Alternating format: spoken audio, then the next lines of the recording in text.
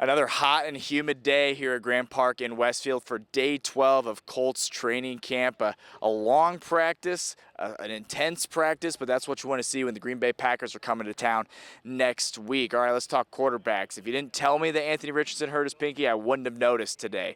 I think that storyline, that narrative's kind of come and gone. He's on the up and up. Pinky's being wrapped. At this point, it's just kind of sore. Whether it impacts him or not, who's to say unless him. We're not going to hear from the quarterbacks until Thursday after that joint practice with the Green Bay Packers. But there was a lot of team periods today, 4 11-on-11 team periods. Anthony Richardson went with the first team in the first two. Daniel Jones went with the first team in the last two. And the last two kind of focused more on red zone, a better day in the red zone from Anthony Richardson, which is what you want to see in those first two 11-on-11 periods. The first team offense was moving the ball down the field, kind of live spotting as you went down the field. First down, second down, third down. If you didn't get first down, you're off, and the second teamers go in. So Anthony Richardson starts off the day with a long pass, just uncorked it down the sideline to Alec Pierce. Bit underthrown, but Alec Pierce hauls it in. That was a great way to start the day. He followed it up with a nice crosser to Josh Downs, and then ending that drive in the end zone, stepping up in the pocket and delivering a strike to a sliding Alec Pierce was a really nice drive to start the day from Anthony Richardson. Daniel Jones couldn't really move the ball there in the first 11-on-11 team period, really the first two. It was kind of like both quarterbacks trended opposite directions. Anthony Richardson started the day really well, then kind of limped to the finish line. Daniel Jones, not a very good start here on Sunday, but ended practice significantly better. Had a really good couple connections to Will Mallory in 7-on-7 team periods. Had a touchdown in a final 11-on-11 team period to A.D. Mitchell, a 15-yard strike from Daniel Jones. And Anthony, it was a tough day accuracy-wise for Daniel Jones until the latter part of practice. Anthony Richardson, like I said, starting well, kind of limping to the finish line. So again, both quarterbacks continue to have their moments, but there's not a lot we can glean from who's actually winning this quarterback battle. I think the joint practice on Thursday will be very telling. I think the game against the Green Bay Packers, where Anthony Richardson, knock on wood, hopefully will get a lot more than just 2 possessions, will be extremely telling as well. Daniel Jones getting the bulk of work in that first preseason game.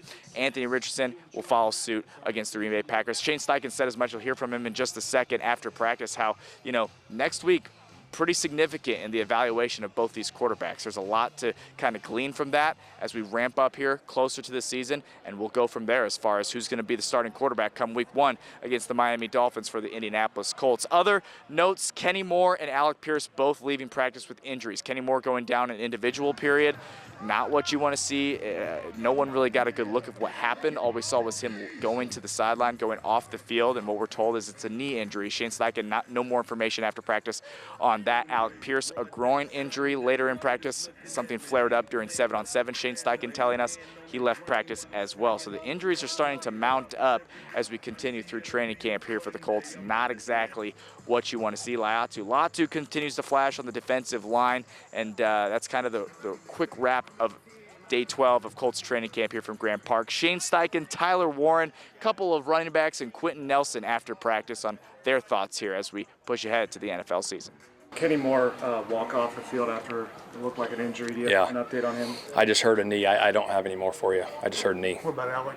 Alec had a growing. I think it happened in 7-on-7. I don't know how bad it is. Are Jalen or Juju any close to getting back? I don't have a timetable on their return either. You saw Anthony kind of like grabbing at his shin or whatever after one of the periods in 11-11. Is he okay? Is he fine? Yeah, I didn't see it. Since we're on injuries, and you hate to talk about it, but Nick Cross and Kwity Paye. Hip flexor for Nick Cross, and Kwity Paye's dealing with the groin. Yeah. Shane, your Green Bay plan, I know it's going to be Daniel for a quarter and a half. Will you change it all with Anthony? Daniel will start this game. He'll play a couple series, and then Anthony will finish the first half. So the starters, right? Starters will play about a quarter is the plan right now. The offensive starters, Offense, defensive starters, How much does someone like JT, you don't want to do too much, but he's got to play some, doesn't he? Yeah, there's no doubt. I think there's certain guys that we'll have a plan for, but for the most part, those guys will play. Okay. Shane, are you seeing the progression thus far in camp from routine that you want them to be right now?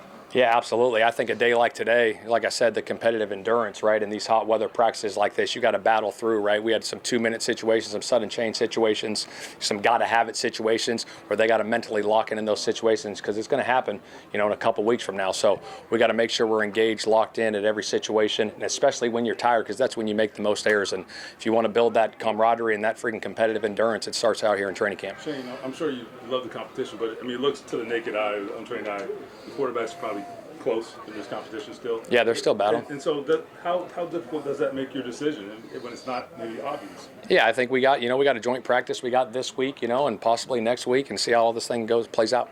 You guys lean on leaders. How do you can't make a leader. What is it with Quenton Nelson that sort of makes him a natural leader? Yeah, I think it's some of those guys, it's in their DNA, you know what I mean? And just his competitiveness and the way he attacks every single day, from the meeting rooms, the weight room to this, it's just how he talks to the guys, how he leads. Obviously being a veteran now, he loves the game. He loves the game, and he holds everyone to a high standard. He's all over the details, and when you got a guy that plays at the level he plays at all the time and holds guys accountable, that goes a long way. With Tyler Warren, since you've seen him out here and then in pads, game setting, is there anything about his game that's surprised you or maybe exceeded what you already kind of thought coming in? I think what we saw on tape, like I said, is pretty good. I think his physicalness that he brings, obviously watching him in live action, last week was phenomenal. Just the way he lowers his shoulder in the open field to get those extra tough yards, the physicality he brings to our football team is going to be phenomenal for us. A couple more. Quentin was saying the first week or whatever, Tyler's doing weightlifting after practice or whatever. Do most rookies come in with kind of their own routine, or is that kind of unique to Tyler? Well, I think it's some guys do have the routine, but some guys are wired like that, you know what I mean? And he's from day one since he came in after we drafted him. He was always in the building. He just lived in the building. Him and Riley were there all the time. They were walking through, doing the little things, all the little things that you want to see in a veteran. And he's been doing that since he's been here, and he'll continue to do that. Shane, what growth have you seen from layout to law 2 in year 2? It's a great question. I think he's made a hell of a stride. I just think his body, obviously, he's maturing more going into year 2.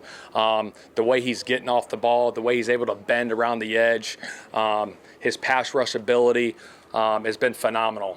The way he moves, his Euro chop, speed to power, you can see the development going into year 2. So really looking forward to him. Hey, last one. Do you want a starter before Cincinnati? Is that kind of how you envision it? We'll see. You know what I mean? We'll see how it plays out. All right, thanks, guys. Awesome. Thanks, guys.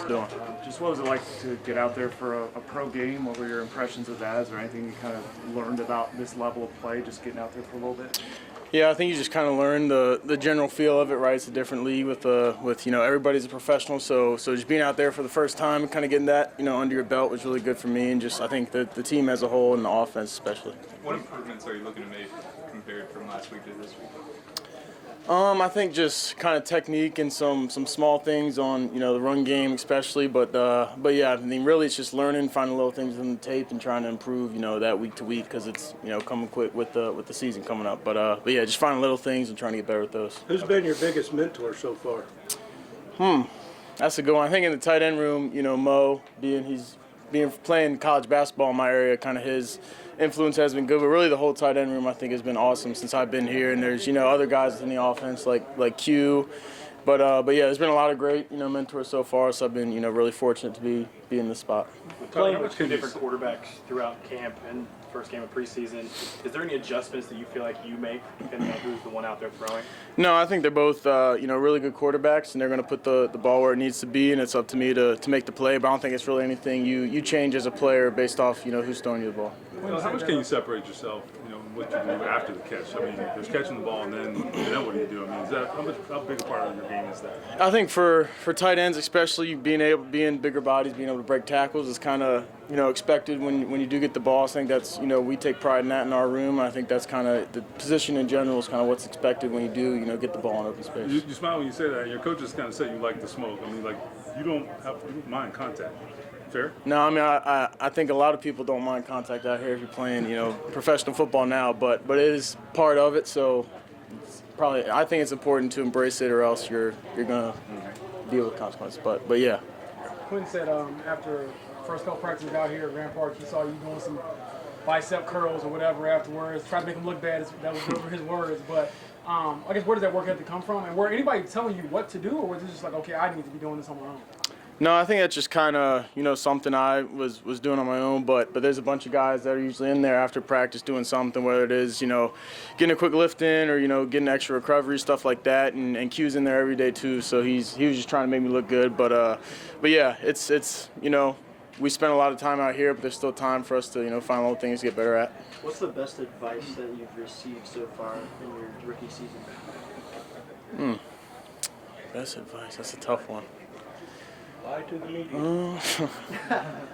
No, I think honestly, it's just kind of understanding there's a lot of reps and a lot of things happening in this time. So don't linger on one thing, good or bad. Be able to move on to the next thing. 'Cause you got a lot of stuff to prove, and there is a lot of reps, but you only give us so many, so making them count, not letting one bad rep turn into two.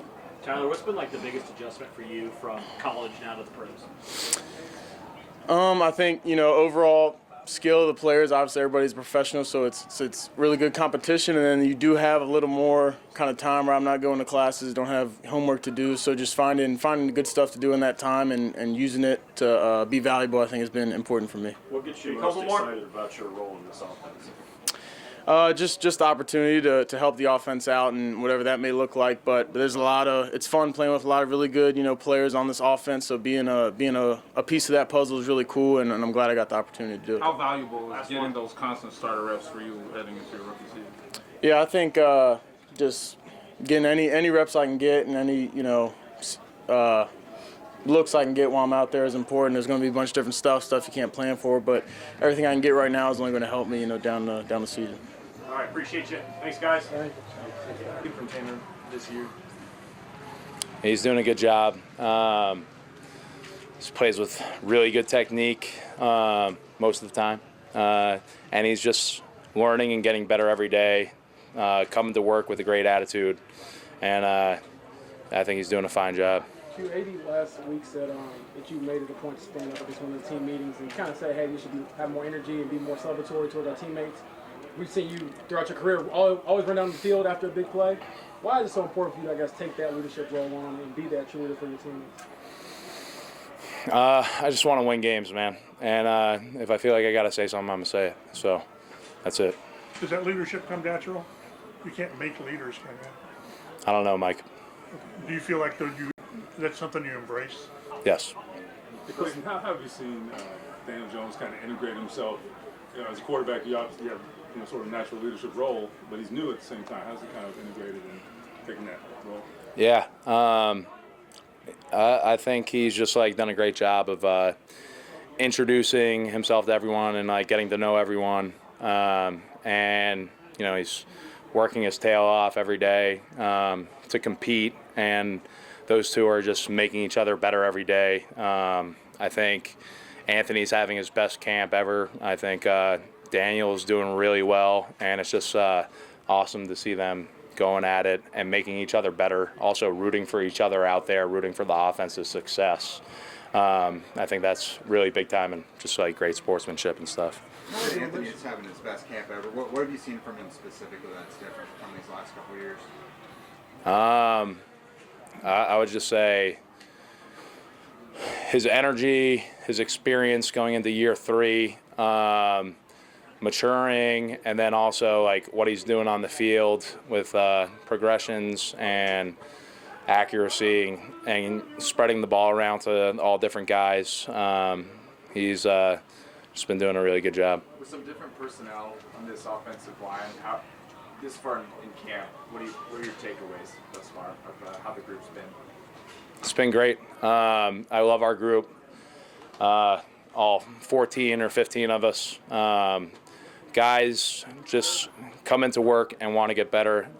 Tony does a great job of coaching every single one of them up and making sure they're prepared and ready to go for each practice, each day, and then obviously the preseason games too. And just a great room, great guys, and seeing a lot of improvement. Saw it in OTAs and now seeing it in camp. It's never going to be perfect out there, but I think guys are doing a much better job of seeing their mistakes, learning from them, and not repeating them. What have you seen? What have you seen from Matt as he's made the full-time move from tackle to guard? Yeah, it's never easy. It's a tough transition. But again, like I've been saying, just like his attitude and his desire to get better every day, like he truly doesn't want to let himself down or any of us down, more importantly, and just really appreciate him as a teammate, the way he goes about his business. And of course for him, it's not perfect out there, and he'll get chewed out, but he always finds a way to respond and get better and move on to the next day and attack the next new day. You can't live in the past, you gotta move on. What's impressed you about Tyler Warren so far in camp? I would just say, like, he has really just been like a great rookie. Each day he comes to work and just has his head down and he just grinds. I mean, after the first camp practice, he's in there doing bicep curls and some shrugs and triceps. I'm like, what are you doing, rookie? You're trying to make me look bad, all this stuff. And then he's just been really consistent, tough. He's already shown a lot of toughness and just consistency every day. I feel like you don't see the kid have a bad day, but you talk to him and he's always like, I could do better, and you just love to see that, someone who is humble and wants to get better each day. Thank you. Thank you. Tyler, with DJ in the room, how have you been able to help him adjust to the professional mode? Most definitely. DJ, he's a dog, you know what I mean? Football's always going to be the same game. As long as you come in here and believe in yourself and believe in your capabilities, you'll always be the same player. Everything just happens to go fast because, when you come in as a first-year guy, you're learning a new system, new concepts, new playbook. So it can tend to help you play slower. But anytime DJ has any misconception or anything, he's always asking questions. He's always making sure he's trying to knows what he's doing so he can be in the right spot at the right time, making sure he's getting his assignment done. So ever since DJ has stepped in, he's always been the same guy. He might not say a bunch of words, but he's going to go on the field and play football. Been a busy guy out there with all the special teams work. Yes, sir. I guess, how do you balance all the different responsibilities there, and how you think you've come along as a special team? As you keep going, you keep getting many reps, your body starts to adjust. He learns to get in shape. And I take good pride in going out there and doing special teams because at the end of the day, it was helping me get my foot in the door. And I knew that ever since just being an undrafted guy, special teams was going to be my way to go to get my foot in the door, just to have some opportunities on the offensive side. So I take good pride in it. Yes, sir. Is there anybody you lean on specifically when it comes to special teams? Okay. For example, Ashton Doolin, I talked to him about the craziness of doing that for so long. Right. Have you talked to him or others about, okay, what does it take to last? Most definitely, especially my first couple reps going in there in practice and games. Me and him chopped it up. I was asking him questions like, what do you do when you in this position, or when is this call? What do you do? Like, what does your technique look like? How? And he just told me, bro, when you go out there, just get up and run. So you ain't got to tell me nothing else. I go up there and run any day. So I went up there, ran, and as I kept going, over time I got better and better and better. And I think it shows when you look at the tape. And I'm going to continue to get better. Like I said before, I take pride in all those special team roles because this is what helped me get to where I am today. And we talked about the run back role, which is your own position, but how does that? What steps do you think you've taken in that regard to get better, and what difference do you think you bring to that running back? Yes, sir. Versatility. I think I bring a lot of versatility, not just to the running back room, but just to the team as a whole. Just with being able to play special teams and the running back. But for me, it's more about a knowledge thing. Making sure the smarter I can be, the slower the game will be. So I'm doing everything I constantly can just to get smarter, whether that's asking what the quarterback, what this concept is, or asking the coach, why does this guy being in that position make him do that? Just, you know what I'm saying? Just to open up my brain, just to learn the game, just to make the game slower for me. So when I'm out there, I'll be able to make plays, and it's not a problem. What was the biggest part of your off-season program that you worked on to get better for this season? Yes, sir. I did a lot of cardio because I know I'm gonna be out there running. A lot of cardio. I did a lot of boxing this offseason. A lot of boxing. I feel like it's gonna help me. Boxing teaches you when to punch, timing of the punch, and it gives you strength in your shoulders. So in pass protection, I'm always striking. I'm always using my hands and arms. So that's pretty much why I put my focus in, just building my upper body strength in my shoulders, just to get in there, be able to stick my nose in there, help the quarterback out, give him some time to be able to deliver the pass to the open guy. Are you saying the boxing translate to the field at all? Last week maybe. Last week maybe. I might have threw my little ones and twos in there, but hey man, that's when you train, it's bound to come out one day. We'll see in the joint practice. I hope not. I'm not looking for the fight, but hey, if you start something, I'm not finna back down from it. You know what I mean? These work. Don't go for the head with the helmet on. Like, knowing that I think you got to start in Green Bay. Yes, sir. If I'm not mistaken. Yes, so, sir. like, how full circle kind of is that when you look up and you've been a couple years at it? It's like, well, I don't know where I was going to end up a couple years ago, Right. but you're still in it. You know, It's very full circle, especially last year because we played them the second game of the season last year.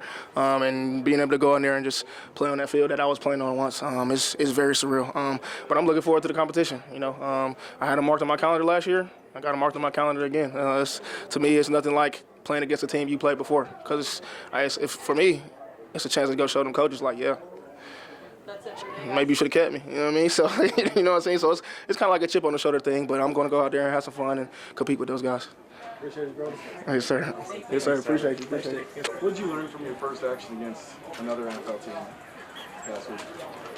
I said the game faster, just being able to make your reads faster, see the flow of the defense, learn the flow of the defense. A lot of college systems are pretty vastly different from the pro system. How similar is this one? Like, has it been a big leap from you from K-State to Shane's system? Nah, it ain't a big leap. It's similar. At K-State, we do a lot of pro-style offense things. So it's really just been like different words and just it's really the same plays, different words. When you get out there and get like that first NFL hit or whatever, does it feel like normal? Because you guys are like, I don't know, like teasing yourselves throughout practice. You can't really play football, but what do you feel like just play again? It felt good. It felt like I played a couple months ago, like everything, time is going fast, but it felt good to go back out there and play and keep practicing, have something to work on, get better at. What's been the most difficult part of the transition in the NFL? It's really just being patient, taking it day by day. That's all I've really been doing, so I feel like it's been going smooth. Anything from the first game you want to change going forward that you learned? Really everything. I got really work on everything, technique. So it ain't really one specific thing I'm thinking about. It's just getting better in every phase.